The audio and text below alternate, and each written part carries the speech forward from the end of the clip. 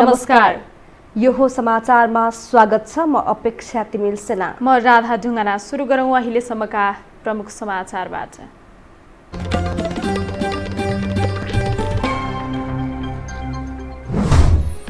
कोरोनाले नेपालमा आज 4 जनाको मृत्यु, 1351 संक्रमित थपिए। सतर्कता अपनाउन नागरिकलाई सरकारको सुझाव।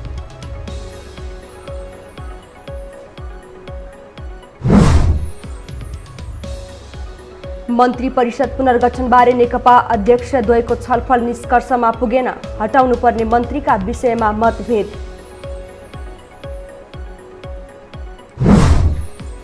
बालिका बलात्कार गर्नेलाई मृत्युदण्डको व्यवस्था ल्याउन महिला सांसदको माग। अन्तर्राष्ट्रिय प्रचलन अध्ययन गर्न सरकारलाई सुझाव।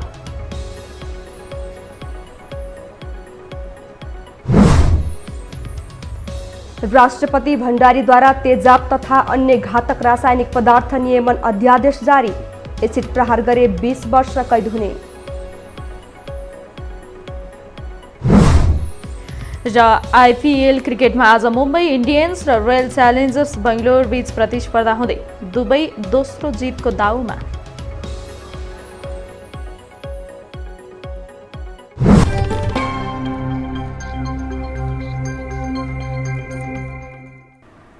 अब समाचार विस्तारमा। कोरोना संक्रमणले नेपालमा थप 4 जनाको मृत्यु भएको छ। स्वास्थ्य तथा जनसङ्ख्या मन्त्रालयका अनुसार 2 पुरुष र 2 महिलाको मृत्यु भएको हो। बाँके र गुल्मीका 1-1 पुरुष तथा भक्तपुर र सुनसरीका 1-1 महिलाको मृत्यु भएको हो। आज देशभर 1351 जनामा संक्रमण पुष्टि भएको छ। 10,080 जनाको पीसीआर गर्दा 915 पुरुष र 436 महिला संक्रमित भेटिएका हुन्। यसमध्ये काठमाडौँ उपत्यकाका 817 जना रहेका छन्। आज देशभर 742 जना निको भई घर फर्किएका छन्।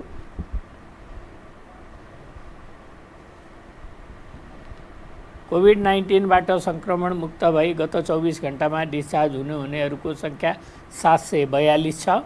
आजसम्म डिस्चार्ज हुने जम्मा 54,640 जना हुनुहुन्छ।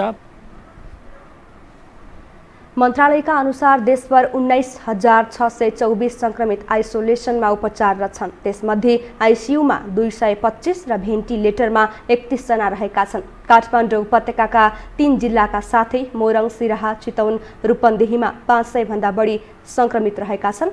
मनाङ, मुस्ताङ, हुम्ला, डोल्पा र मुगुमा 0 संक्रमित जिल्ला बनेका छन्।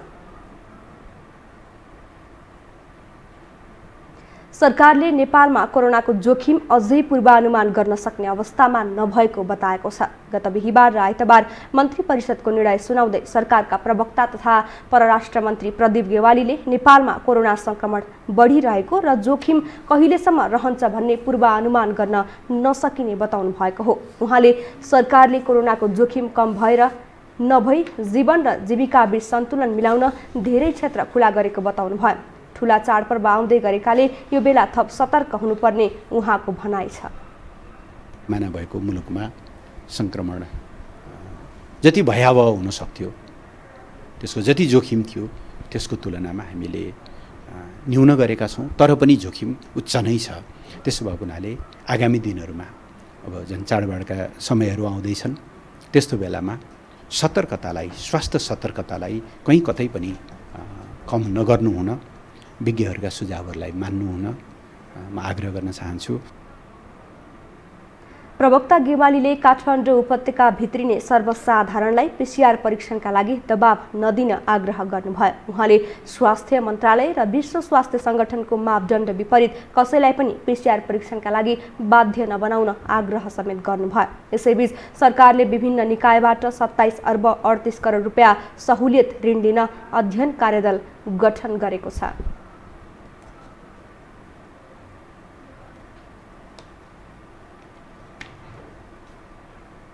देशभर संक्रमितको संख्या बढ्दै गर्दा सरकारले लकडाउन हुन सक्ने संकेत गरेको छ। तर विज्ञ भने अघिल्लो पटकका लकडाउन र निषेधाज्ञाले खासै असर नदेखाएका कारण यसको औचित्य नरहेको बताउँछन्। सर्वसाधारण पनि आफूहरूको जीविकामा अंकुश नलगाउन सरकारसँग आग्रह गर्छन्। एक रिपोर्ट। स्वास्थ्य मन्त्रालयको तथ्याङ्क अनुसार सोमबार सक्रिय संक्रमितको संख्या 19,624 पुगेको छ। मन्त्रालयका प्रवक्ता डाक्टर जागेश्वर गौतमले केही दिनअघि 25,000 भन्दा बढी संक्रमित भए मुलुकको स्रोत र साधनले नधान्ने भन्दै लकडाउन गर्नुपर्ने परिस्थिति आउने बताएका छन्। विज्ञ भने यसअघिको लकडाउन र निषेधाज्ञाको मोडल प्रभावकारी नदेखिएकाले विकल्प सोच्नुपर्ने बताउँछन्। सीमा नाका खुकुलो गरेर र परीक्षणमा लापरवाही गरेर लकडाउन गर्नुको अर्थ नहुने उनीहरूको भनाइ छ। अब हाम्रो चाहिँ सिमानाका ठुल्ठुला सहरहरूमा समेत त्यो आइसक्यो होइन। कोरोनाको संक्रमण व्यापक छ। अब यस्तो अवस्थामा के हुन्छ भने त्यहाँबाट हाम्रो चाहिँ हामीले के गर्यौँ भने उताबाट चाहिँ नेपाल आउनेलाई खुला छोडिदिएका छौँ, यताबाट उता जानेलाई पनि खुला छोडिदिएका छौँ। त हामीले के भन्नु पर्थ्यो भने हामीले जसरी चाहिँ हामीले त त्यो एउटा नियम लगाउनु पर्थ्यो नि। लकडाउन गर्ने सरकारको तयारीप्रति सर्वसाधारण पनि खुसी छैनन्। 4 महिना लामो लकडाउन र 3 साता लागेको निषेधाज्ञाका कारण आर्थिक अवस्था डामाडोल भएको उनीहरू बताउँछन्। फेरि पनि लकडाउन गर्ने हो भने आफूहरूको जीविकाको व्यवस्था गर्नुपर्ने उनीहरूको भनाइ छ। जो दिनभरि काम गरेर इच्छा पुर्याउने मान्छेहरू बढी छन् तिनीहरूलाई चाहिँ विशेष गरी व्यवस्था गर्नुपर्ने हुन्छ। अरू मध्यम वर्गदेखि अलिक माथिल्लो वर्गका मान्छेहरूलाई त खासै समस्या हुँदैन। मेन यहाँको समस्या भनेको लकडाउनले यो दिनभरि काम गरेर खाना पिराउनको लागि उनीहरूलाई चाहिँ समस्या हुने, उनीहरूलाई चाहिँ विशेष व्यवस्था उनीहरूलाई गर्नुपर्ने हुन्छ। भोकै भएका मान्छेहरूलाई सम्बोधन गर्न सक्नु पर्यो। साइकोलोजिकल्ली डिप्रेसनमा पुगिसकेका मान्छेहरू जो जबलेस छन् तिनीहरूलाई सम्बोधन गर्न सक्नु पर्यो। अनि लकडाउन गर्छ भने त स्वागत छ। तर यी सबै कुरा तमाम कुरालाई थाती राखेर लकडाउन पुलिस लाउँछु टाउको फुटाउँछु भनेर लकडाउन नै गर्नुपर्छ भन्ने विकल्पमा सरकार पुग्छ भने यो जस्तो नाजायज र गल्ती केही पनि होइन जस्तो लाग्छ। कोरोना संक्रमणको त्राससँगै सर्वसाधारणमा जीविकाको सवाल पनि छ। कतिपयले त दिनभर काम नगरे साँझ बिहानको चुलो नबन्ने स्थिति पनि छ। त्यसैकारण संक्रमितको संख्या बढेको बहाना बनाएर लकडाउन गर्नुअघि जनजीविकाका सवालमा ध्यान दिन आवश्यक छ। यो हो टेलिभिजनका लागि क्यामेरामा डीबी मगरका साथमा लीलामाया ठटाल, काठमाडौँ। अब बाँकी समाचार।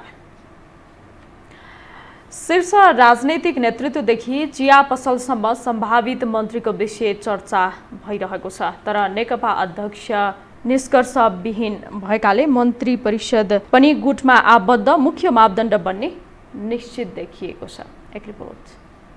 2074 साल फागुन 3 गते देशको कार्यकारी प्रमुखको शपथ लिएका प्रधानमन्त्री केपी शर्मा ओली 12औं पटक मन्त्री परिषद हेरफेर गर्ने तयारीमा छन्।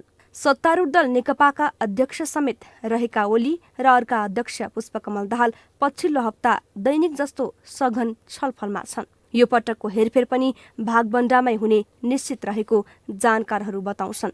यसअघि कुनै पनि दलको बहुमत नहुँदा दलीय आधारमा भागबण्डा हुन्थ्यो। अहिले नेकपा एक्लैको स्पष्ट बहुमत छ। सोही कारण दलीय होइन गुटीय भागबण्डा मौलाएको छ। सरकारमा केपी ओलीका ग्याङको मान्छेहरूको एकलौटी भयो होइन। जस्तो उनले एकलौटी लुट मचायो भन्ने छ नि त अरूलाई। त्यसकारणले उनीहरूले साझेदारी खोज्या हो, सबैले साझेदारी खोज्या हो। अब नियुक्तिदेखि लिएर प्रदेश पार्टी संरचना, राज्यको संरचनामा माधव नेपालका मान्छेको कति भाग हुनुपर्ने होइन, अथवा पुष्पकमलका मान्छेको कति भाग हुनुपर्ने, झगडा त जम्मै यही नै भयो। पक्षको असहयोग हो होइन। किन असहयोग भन्छ भने उनको मान्छे भएन, उनले मागे जति उनको मान्छेको प्रतित्व भएन।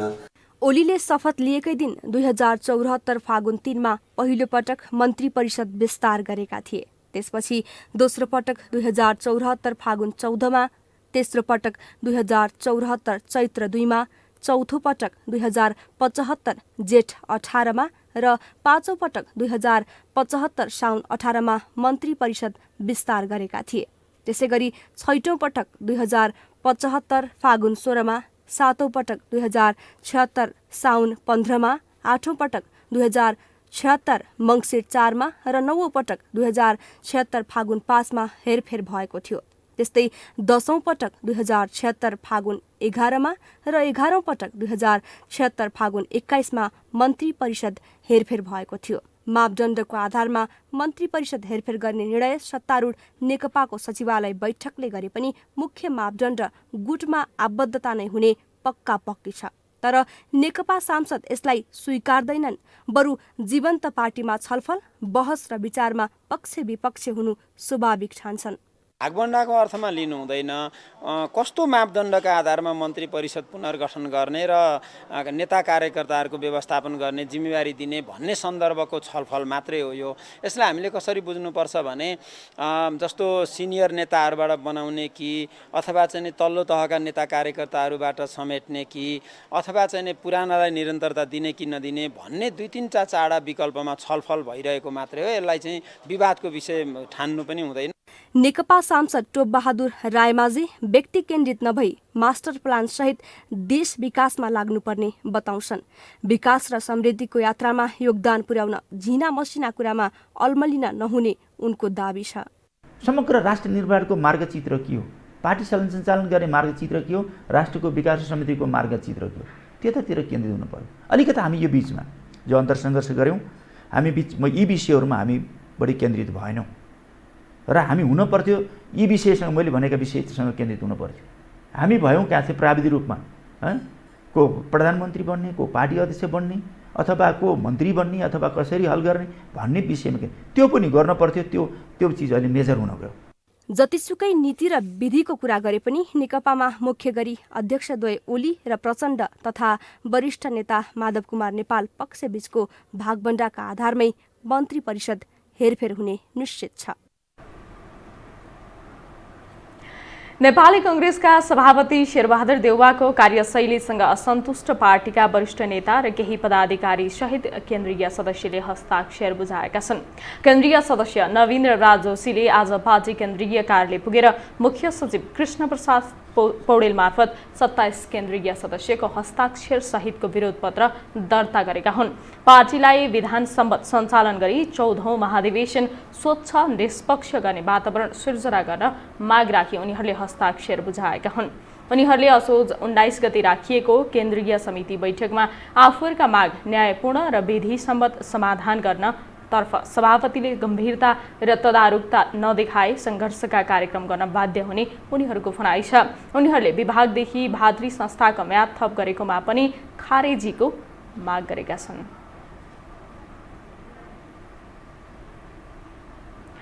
नेपालमा बलात्कार गर्ने व्यक्तिलाई हदैसम्मको सजाय हुनुपर्ने माग गर्दै आएका छन्। संघीय संसदमा प्रतिनिधित्व गर्ने महिला सांसदले त 16 वर्ष मुनिका बालिकालाई बलात्कार गर्नेलाई मृत्युदण्ड दिन संविधान संशोधन नै गर्नुपर्ने बताएका छन्। एक रिपोर्ट। महिला सांसदहरूले 16 वर्ष मुनिका बालिकालाई बलात्कार गर्नेलाई मृत्युदण्ड दिने व्यवस्था गर्न माग गरेका छन्। विभिन्न राजनैतिक दलबाट नेतृत्व गर्ने महिला सांसदहरूले संविधान संशोधन गरेरै कानून बनाउने र अन्तर्राष्ट्रिय सन्धि समेत संशोधन गरी मृत्युदण्डको सजायको व्यवस्था गर्नुपर्ने बताएका हुन्। नेपाली कांग्रेसकी सचेतक पुष्पा भुसालले 16 वर्षभन्दा मुनिकालाई बलात्कार गरेर हत्या गर्नेलाई मृत्युदण्डको सजाय दिने व्यवस्था गरी अगाडि बढ्नुपर्ने बताइन्। अन्तर्राष्ट्रिय अभिसन्धि नेपाल सरकारले पास गरेको भए तापनि त्यसमा पुनरावलोकन गर्न सक्ने आवश्यकता देखियो र त्यसको लागि हामीले चाहिँ मृत्युदण्डको सजायलाई संविधान र कानुनमा ल्याउनको लागि यसमा हामीले आफ्नो थालनी सुरु गर्ने भने पनि त्यसले एउटा के हुन्छ भने ल पार्लिमेन्टले त अब यो सुरुवात गर्यो नि भन्ने यो सत्तारूढ दल नेपाल कम्युनिस्ट पार्टी नेकपा प्रतिनिधि सभा सचेतक शान्ता चौधरी विश्वका विभिन्न देशमा त्यस्ता घटनाहरूमा मृत्युदण्ड दिने गरेका समाचार आइरहेका बेला नेपालको सन्दर्भमा के गर्ने भन्ने विषयमा छलफल गर्नुपर्ने बताउँछिन्। मृत्युदण्डका कुराहरू छन्, जस्तो कतिपय ठाउँहरूमा लिङ्ग छेदनका कुराहरू पनि छन्, कतिपय ठाउँमा नपुसक बनाएका समाचारहरू पनि आइरहेका छन्। हाम्रो देशका लागि अब के गर्ने त भन्ने विषयमा चाहिँ आज हामी सबैले छलफल गर्नुपर्छ भन्ने लाग्छ, जरुरी छ। जनता समाजवादी पार्टी जसपाकी सांसद प्रमिला यादवले यस्ता घटनाहरूको अन्त्य गर्न अन्तर्राष्ट्रिय सन्धिको अध्ययन गरेर कड़ा कार्यवाहीको व्यवस्था गर्नुपर्ने बताइन्। उनी पनि 16 वर्ष मुनिकालाई बलात्कार गरिएको घटनामा मृत्युदण्डको सजाय दिने कानून बनाउनु पर्नेमा जोड दिन्छिन्। 16 वर्ष मुनिका बालिकालाई यदि रेप गरेको छ भने त्यसकालाई मृत्युदण्डकै व्यवस्था हुनुपर्छ। महिला तथा सामाजिक समिति सभापति निरुदेवी पालले नाबालकलाई बलात्कार गरेर हत्या गर्नेलाई फाँसीको सजाय दिनुपर्ने विषयमा समितिले विगत 1 वर्षबाट नै अनौपचारिक छलफल सुरु गरेको बताइन्। संसदको सबै महिला सांसदहरू एक ठाउँमा भएर समितिको तर्फबाट यसका लागि सरकारलाई निर्देशन दिन अझ दबाव बढ्ने भएकाले कम्तीमा पनि एसिड आक्रमण सम्बन्धी कानून जस्तै कडा कानून बनाउनु पर्ने उनको भनाइ छ। यदि मुखमा पर्यो भने 20 वर्ष भन्ने बित्तिकै 20 वर्ष भने त एउटा जीवनै हो नि। यसरी कडाभन्दा कडा कानुन ल्याउनु पर्छ भनेर समितिले अब फेरि हामी यसरी छरपष्ट भएर बसेर हामीले अब कसलाई विज्ञप्ति दिएर त्यो विज्ञप्तिले त काम गर्ने त होइन, तर समितिले बसेर सम्पूर्ण मान्यज्यूहरूको एकरूपताका साथ हामीले सरकारलाई निर्देशन दियौँ भने सरकारले पनि मान्न पर्ने बाध्यता हुन्छ। बालिका तथा महिलामाथि हुने बलात्कार र हत्याका घटना विरुद्धका कानूनी प्रावधानमा कडाई पार्नका लागि अध्ययन तथा सुझाव दिनका लागि कार्यदल समेत गठन गरिएको छ। नेपालमा पछिल्लो समय बलात्कारका घटना बढ्दै गर्दा मृत्युदण्डसम्मको कानूनी व्यवस्था गर्न माग हुँदै आएको छ। हामीसँग समाचार अझै बाँकी छन्, अहिलेलाई विश्राम।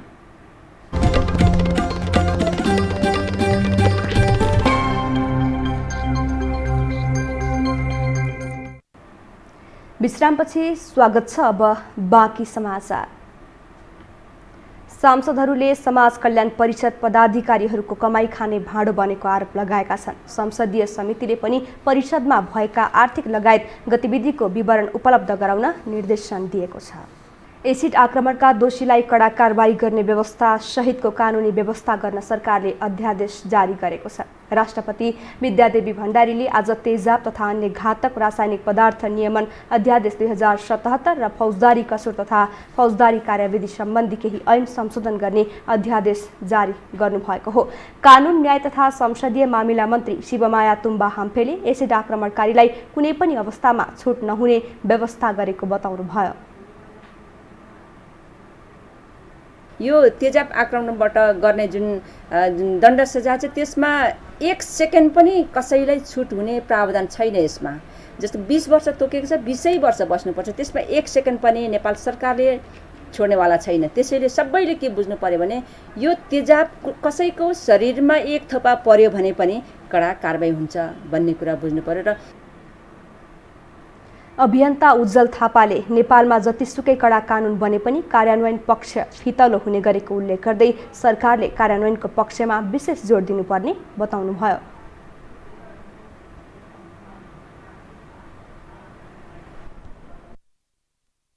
कानुन त यो देशमा बन्छ, कार्यान्वयन हुन्छ कि हुँदैन त्यो पक्षमा पनि, किनभने अब सम्पूर्ण जिम्मा नेपाल सरकारले लिइसकेपछि घटना घट्दाखेरि जिम्मेवार नेपाल सरकार हुन्छ। किनभने यसको घटना रोक्नलाई सबैभन्दा प्राथमिक कुरा बिक्री वितरणको नियन्त्रण हो। यदि उहाँहरूले त्यसलाई कार्यान्वयन गर्नुभयो भने अपराध शून्य कहीँ पनि भएको छैन, तर न्यूनीकरण हुन्छ। कोरोना महामारीका कारण विगत 7 महिनादेखि बन्द प्याराग्लाइडिङ असोज 15 गतेबाट सञ्चालनमा आउने भएको छ। सरकारले आन्तरिक उडान सुरु गरेसँगै प्याराग्लाइडिङ पनि व्यावसायिक रूपमा सञ्चालन गर्ने व्यवसायीहरू तयारीमा छन्। एक रिपोर्ट।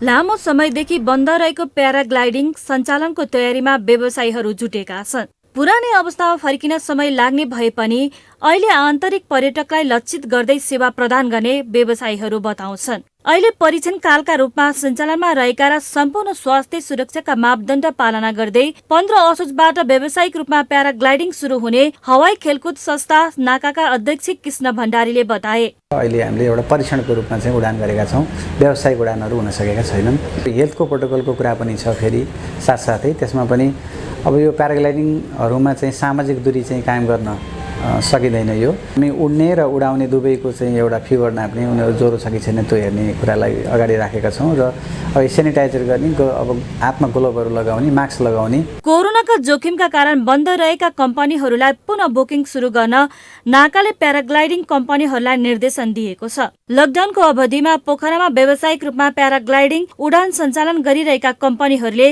करिब 50 करोड बराबरी नोक्सानी बेहोर्नु परेका नाका महासचिव बलराम आचार्यले बताए। झन्डै 6 महिनाभन्दा बढी चाहिँ बेसी बन्द हुँदा हामीले यो इन्डस्ट्रीले चाहिँ झन्डै 50 करोडको चाहिँ नोक्सान बिहोरेको हामीले अनुमान गरेका छौँ। पोखराको सराङकोट, तोरीपानी र माद्रेढुङ्गाबाट 55वटा कम्पनीले दैनिक प्याराग्लाइडिङ उडाउने गर्दछन्। सुरुवाती दिनमा विदेशी पाइलटले धानेको प्याराग्लाइडिङ अहिले 300 भन्दा बढी नेपाली पाइलट रहेका छन्। प्याराग्लाइडिङबाट झण्डै 2000 जनाले प्रत्यक्ष रोजगारी पाएका छन्। अहिले परीक्षण कालमा रहेका प्याराग्लाइडिङ सुरक्षाको निश्चित मापदण्ड अपनाएर सञ्चालन भइरहेका छन्। प्याराग्लाइडिङको उत्कृष्ट मध्येको एक गन्तव्य हो पोखरा। यसलाई पहिलेको अवस्थामा ल्याउन भने धेरै चुनौती रहेको व्यवसायीहरू बताउँछन्। सांसदहरूले समाज कल्याण परिषद पदाधिकारीहरूको कमाई खाने भाँडो बनेको आरोप लगाएका छन्। संसदीय समितिले पनि परिषदमा भएका आर्थिक लगायत गतिविधिको विवरण उपलब्ध गराउन निर्देशन दिएको छ। एक रिपोर्ट। आर्थिक वर्ष 2076-77 को वार्षिक प्रतिवेदनमाथि छलफलमा सांसदहरूले समाज कल्याण परिषद अन्तर्राष्ट्रिय सङ्घ संस्थाको नियमनमा चुकेको आरोप लगाएका हुन्। उनीहरूले सङ्घ संस्थाका नाममा सरकारलाई झुक्क्याएर बजेट लिएर बाँडफाँड गर्ने प्रवृत्ति कायम रहेको समेत दावी गरे। सांसद नारायण प्रसाद खतिवड़ाले अन्तर्राष्ट्रिय सङ्घ संस्थाले धर्म परिवर्तनका लागि लगानी गरिरहेको टिप्पणी गरे। आइएनजिओहरूले रकम बाँडेर धर्म परिवर्तनको काम गरिरहेको उनको आरोप छ। आइएनजिओहरूले धर्म परिवर्तनमा कति लगानी गर्छन् अनि त्यसपछि विकास निर्माणमा कति लगानी गर्छौँ। काम गर भनेर आइएनजिओहरूलाई भने पैसा बाँड्छु भन्छ, क्यास बाँड्छु भन्छ, नगद बाँड्न देऊ भन्छ, के भन्छ। कुलो बनाउँदैन, बाटो बनाउँदैन, स्कुल विद्यालय बनाउँदैन, अरू केही पनि गर्दैन। उनीहरूको सबभन्दा ठुलो जोड चाहिँ घर घरमा नगद बाँड्नेतिर हुन्छ। सांसद थम्माया थापाले गैर सरकारी सङ्घ संस्था राजधानी वरिपरि मात्रै केन्द्रित भएको बताइन्। उनले कार्यक्षेत्र, कार्यक्रम, पारदर्शिता र अनुगमनको मापदण्ड बनाएर गैर सरकारी सङ्घ संस्था नियमनमा ध्यान दिन आग्रह गरिन्। यो अनुगमनको कुराहरू अनि यो उनीहरू कुन सेक्टरमा पठाउने अनि कुन सेक्टरमा जाने भन्ने बारेमा पनि अब समाज कल्याण परिषदले मापदण्ड बनाउँदाखेरि त्यो कुराहरू अहिले अलिकति व्यवस्थित गर्नुपर्छ भन्ने मलाई लाग्छ। सांसद गंगा चौधरी सदगौवाले जति पनि गैर सरकारी सङ्घ संस्थालाई अनुमति दिएर परिषदलाई कमाई खाने भाडो बनाएको आरोप लगाइन्। परिषदले संस्थाहरूको प्रतिवेदन, कार्यक्षेत्र अनुसार काम गरे नगरेको विषयमा अनुगमन पनि गर्न नसकेको उनको भनाइ छ। समाज कल्याण परिषदले जति पनि सङ्घ संस्थाहरू जुन अनुमति दिने काम गरेको छ, कति पटक कुन संस्थाले कुन आइएनजिओले के काम गरेको छ अनुगमन गरेको छ कि छैन, त्यसको प्रतिवेदन माग गरेको छ कि छैन, त्यो प्रतिवेदनमाथि टेकेर हामी प्रतिवेदनहरू तयार पार्न सकेका छौँ कि छैनौँ, त्यो हामी अहिलेसम्म अनुगमन र त्यसको प्रतिवेदनसम्म हामीले सायद पाएका छैनौँ जस्तो मलाई महसुस भइराखेको छ। परिषदका उपाध्यक्ष डाक्टर पदम प्रसाद खतिवड़ाले गैर सरकारी सङ्घ संस्थाहरूलाई नियमन गर्ने उद्देश्यले नै उपसमिति गठन गरी काम सुरु गरेको जवाफ दिए। गैर सरकारी संस्थाहरूलाई पेश गर्ने परियोजनाको सूक्ष्म अध्ययन गरेर मात्रै अनुमति दिने गरी उपसमिति गठन भएको उनको भनाइ छ। एनजिओले पनि र आइएनजिओले पनि पेश गर्ने जति पनि परियोजनाहरू छन् ती परियोजनाहरूको चाहिँ सूक्ष्म रूपमा अध्ययन सुरुमा नै गर्ने। हुन त पहिला पनि यो थियो, यसमा हाम्रो सुशील गेवाली सर पनि हुनुहुन्छ र हाम्रो एउटा टिम छ र त्यो टिमले चाहिँ एकदमै सूक्ष्म ढङ्गबाट अध्ययन गरेर मात्रै त्यो चाहिँ अनुमति दिने भन्ने खालको परम्परा सुरु गरेका छौँ। कोषाध्यक्ष लोकनाथ सुवेदीले परिषद आर्थिक रूपमा धराशायी बनेको स्वीकार गरे। छलफलपछि समितिले परिषदलाई स्थापनादेखि अहिलेसम्म गैर सरकारी संस्था मार्फत सञ्चालन भएका योजनाका लागि स्वीकृत बजेटको सालगत विवरण उपलब्ध गराउन निर्देशन दिएको छ। समितिकी सभापति निरुदेवी पालले जमिन तथा भौतिक संरचना उपभोग गर्न दिए बापत प्राप्त हुने रकम प्रचलित दर रेटभन्दा न्यून रहेको लगायत विषयमा सत्य तथ्य जानकारी गराउन पनि निर्देशन दिएको जानकारी दिइन्। हामीसँग खेल समाचार बाँकी नै छन्, अहिलेलाई विश्राम।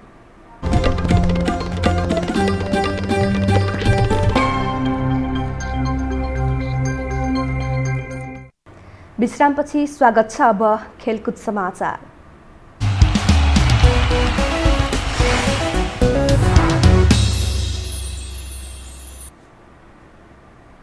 युएईमा जारी इन्डियन प्रिमियर लिग आइपिएल टी20 क्रिकेटमा आज साबिक विजेता मुम्बई इन्डियन्स र रोयल च्यालेन्जर्स बेङ्गलोर बीच प्रतिस्पर्धा हुँदैछ। दुबईमा मुम्बई र बेङ्गलोर तेस्रो खेलका लागि मैदान उत्रन लागेका हुन्। मुम्बई र बेङ्गलोर बीचको खेल अहिले केही बेरमा सुरु हुनेछ। दुबई अन्तर्राष्ट्रिय क्रिकेट स्टेडियममा मैदान उत्रदा दुवै टिम दोस्रो जितको खोजीमा हुनेछन्। अघिल्ला दुवै खेलमा दुई टोलीले 1 जित र 1 हार बेहोरेका थिए। रोहित शर्माको कप्तानीमा मैदान उत्रने मुम्बई बेङ्गलोरलाई सहजै हराउन चाहन्छ, तर विराट कोहलीको टिम विरुद्ध जित निकाल्न मुम्बईलाई सहज भने छैन। बेङ्गलोर पनि साबिक विजेता विरुद्ध जित निकाल्ने योजनामा हुनेछ। खेल समाचारसँगै हामी यो समाचारको अन्त्यमा आइपुगेका छौँ। बिदा हुनु अघि प्रमुख समाचार पुनः एकपटक।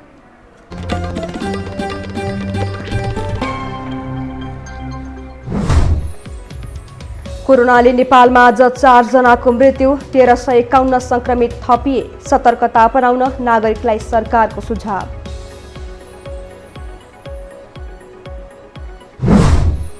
मन्त्री परिषद पुनर्गठनबारे नेकपा अध्यक्षद्वयको छलफल निष्कर्षमा पुगेन। हटाउनु पर्ने मन्त्रीका विषयमा मतभेद।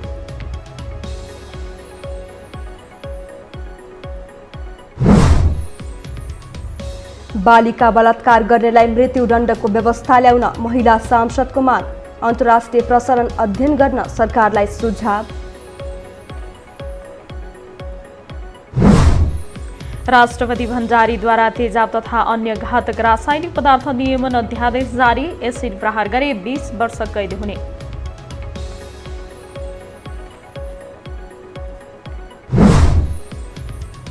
र आइपिएल क्रिकेटमा आज मुम्बई इन्डियन्स र रोयल च्यालेन्जर्स बेङ्गलोर बीच प्रतिस्पर्धा हुँदै दुवै दोस्रो जितको दाउमा।